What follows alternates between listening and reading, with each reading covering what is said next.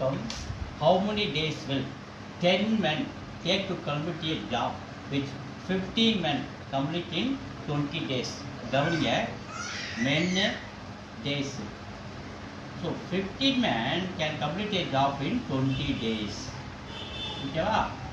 So அதுவே 10 men can complete the same work in how many days? இதான் question. பாருங்க, 15 மென்ல இருந்து 10 வந்து 10 பேராக குறையிறாங்க. அப்போ குறையும் போது கீழ் நோக்கி குறிப்போங்க.